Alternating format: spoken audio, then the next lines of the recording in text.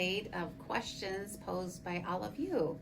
So thank you for those who submitted some questions. I know there's still some that we have yet to get to, but today I just want to take a brief moment to discuss some questions that were brought to our attention most recently. A couple of them came from our housekeeping department, wondering about alcohol in the rooms. If alcohol is unopened, can we take it with us? They say some other hotel properties do allow that. Unfortunately, we do not allow that here. That is a question we could bring up with our legal team again. It is a liability. You know, we don't want you guys to look like you're taking something you shouldn't, or maybe you're keeping it in your bag or your locker to take home later. It might look like you brought it in with you. We're just protecting you at this point. It is something we could, however, have our legal team look at it again.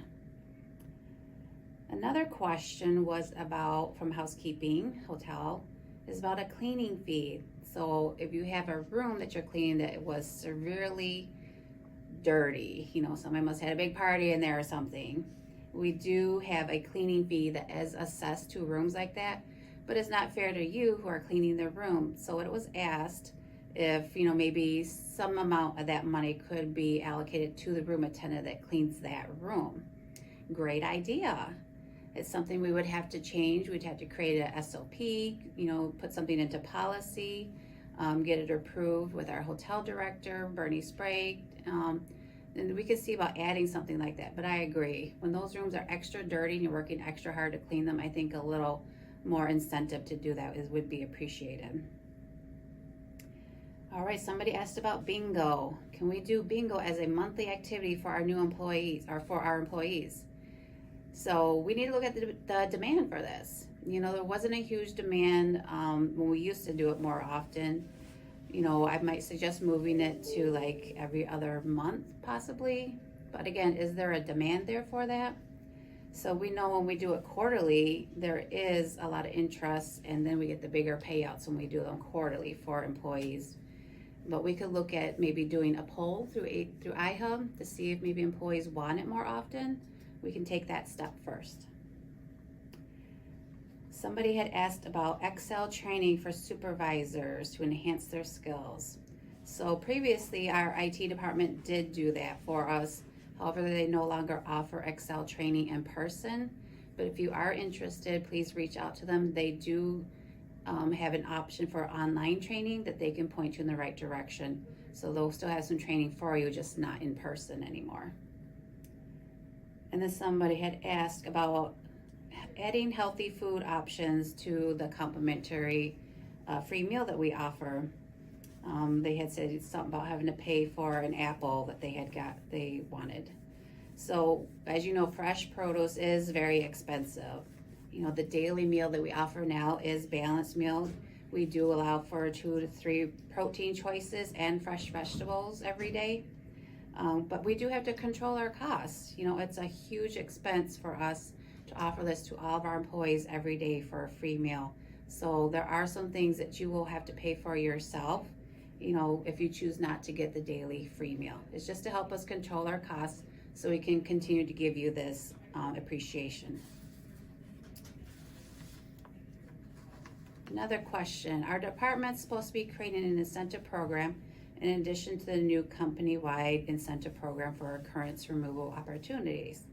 Yes, we do encourage all departments to do some type of incentives, but not just attendance, you know, incentives. We also ask them to look at appreciation for great comments from guests, going above and beyond. And if you don't know if your department has this, then please ask your management team. Somebody was curious about the food district and not being part of Seeker.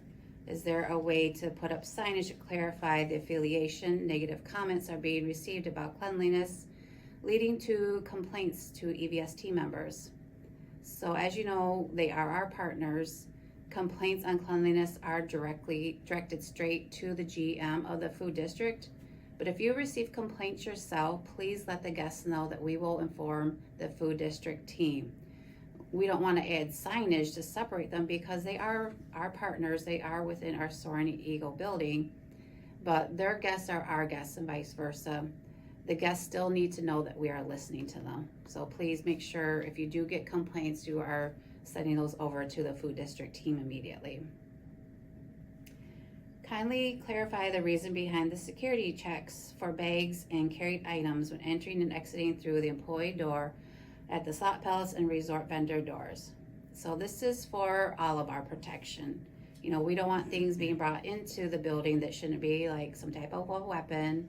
And we don't want employees suspected of taking anything home with them that they shouldn't be. So that's why we do the bag checks. Make sure nothing is coming in that shouldn't be, and make sure nothing is leaving that shouldn't be. You know, it's part of our safety protocol, and we appreciate your understanding on that. Somebody had asked about uniforms and if they can stop wearing the unattractive red uniforms. So we appreciate your suggestions. If you would like to see changes, please bring them up to your management team. Please know too, though, changing uniforms is a process and it is an added expense that we would have to budget for. So it's not something that can happen overnight, but we want to know what your concerns are. So please address them with your management team, and then we can talk about them at the executive level. Has there been any consideration given to modifying pay time off policies by increasing it based on years of service? For instance, currently after being here for over 20 years, I receive the same amount of PTO as an associate who has been with the company for 8 years. So thank you for that comment. So we have talked about ways to appreciate those who have long work history with us, and this was a suggestion that we are looking at. We don't have anything in place right now, but please know that is something that is definitely being considered at this time. Last question for today. Is Soaring Eagle and the Sag Chip Tribe an equal opportunity employer? Yes, definitely we are. We follow Title VII of the Civil Rights Act. In addition, though, to Title VII specifically permits an employee that is located on or near a Native American reservation to grant preferential treatment to all individuals who is Native American living in or near the reservation. So that's why you see in all our job applications that Native preference does apply. It's because we're allowed to do so through Title VII of the Civil Rights Act. So just a little history for your little education for you guys today. I appreciate all your questions. Please keep them coming. We'll try to answer them as many as we can within the time allotted as well. Thank you, team. Have a great day.